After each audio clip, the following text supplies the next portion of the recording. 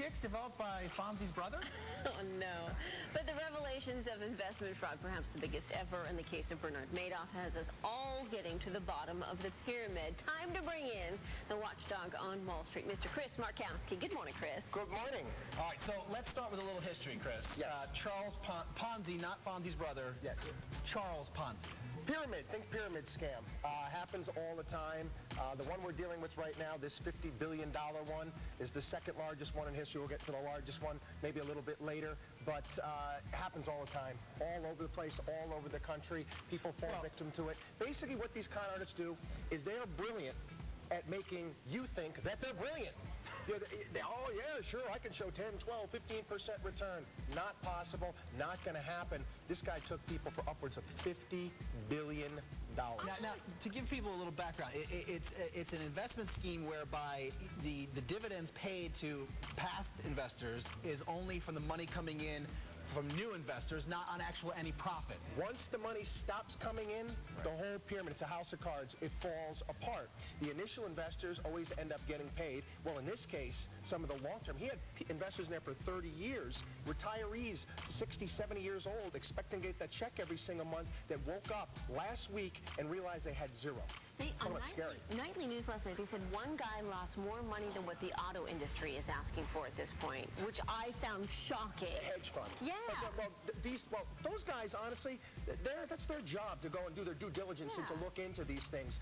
They're charging fees to people to invest their money, and they're not even looking into this. I saw this guy's account statement several years ago because I had questions in regards to it, and I couldn't re-engineer it. It was kind of like looking at Enron's balance sheet. I mean, if you actually looked at it, you said, well, where's the money coming from? It's got to come from somewhere. It didn't make any sense to me, so I avoided it like the plague. So the SEC, they fell down on the job, right? I mean, because there were complaints filed against him, or questions raised, right? Questions raised. We got to understand something. The Securities and Exchange Commission is a political organization. It's a part of the executive branch. And this guy was a big contributor to both Charles Schumer and Frank Lautenberg.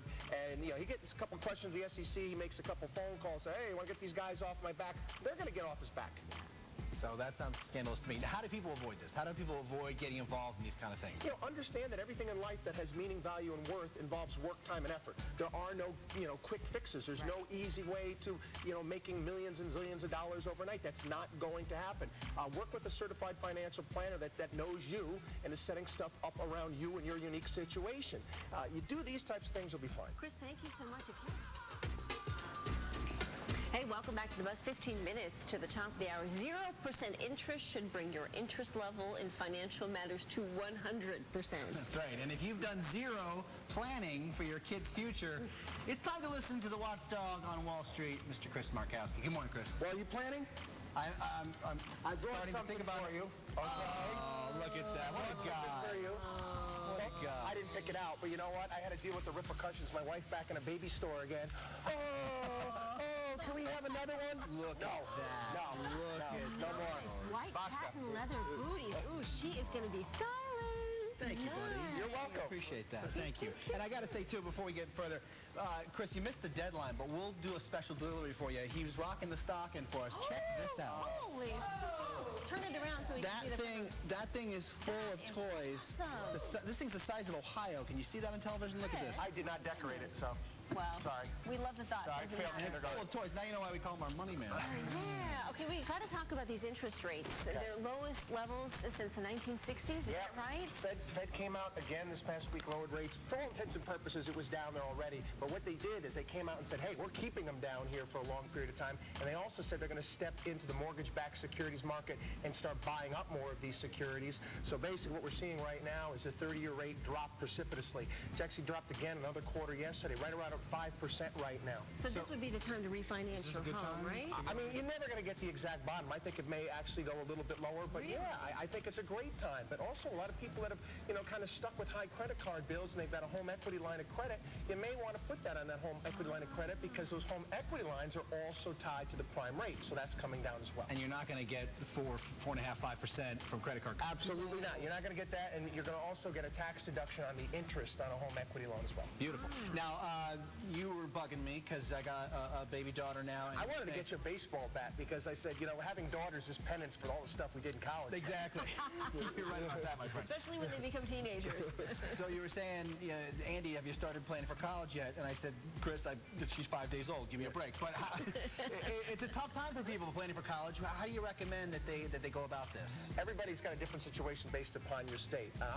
I'll basically say what I did for our kids here in the state of Florida. The state of Florida's got a great plan. It's got a prepaid college tuition plan. So as soon as the kids were born, they're getting the lowest possible rate. You're locking in the price at that period of time so they can go to any school in the state of Florida, and the tuition is taken care of.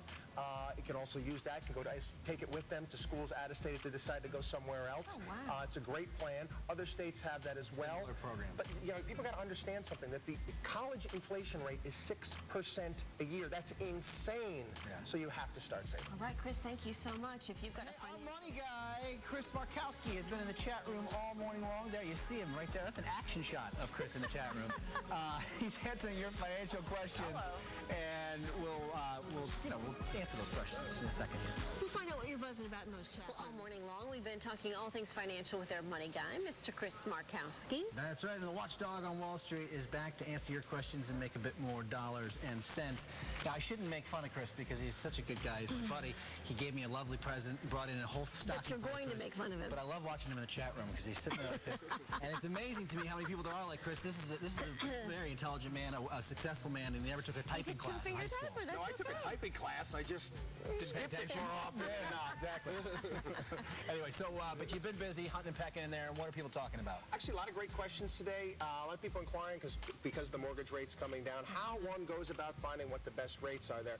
And the best bit of advice I can give in regards to that is use the internet. Go to LendingTree, type in your information, and you're going to find all the best deals in your area. But you probably already have a bank. So almost make like the commercial. Go to your bank and say, hey, this is what they're offering me. Match it. So you feel comfortable with these people, and a lot of times they will. Yeah, because they're in that competitive market. They've got to earn your business. Now, you said also people are asking about health insurance. Health insurance, too. We had a long conversation about health insurance today, and this is actually a pretty lengthy topic. Unfortunately, a lot of people are getting caught. They're out of work, whatever it may be. You really don't want to go without health insurance, and there's some various different options that you can do. COBRA being one of them, but it can be highly costly. That's expensive, Yeah. though. In my opinion, if you're going to go out and you get a car, you don't have insurance on your car where you have a $5 deductible that pays for car washes, nor you do the same thing with your home. What you should do in healthcare is the same thing. For my family, a family of 5, rather than spend $15,000 a year, what I do is I have high deductible insurance. My deductible is $5,600. I get an HSA where I put that money in there. That lowers my tax basis by $5,600, and my insurance for the year is about $3,000. So I'm out of pocket at the most no more than $9,000 rather than $15,000. Most people don't understand that you can actually do this. Wow. That's My great goodness, advice. Great advice, yeah.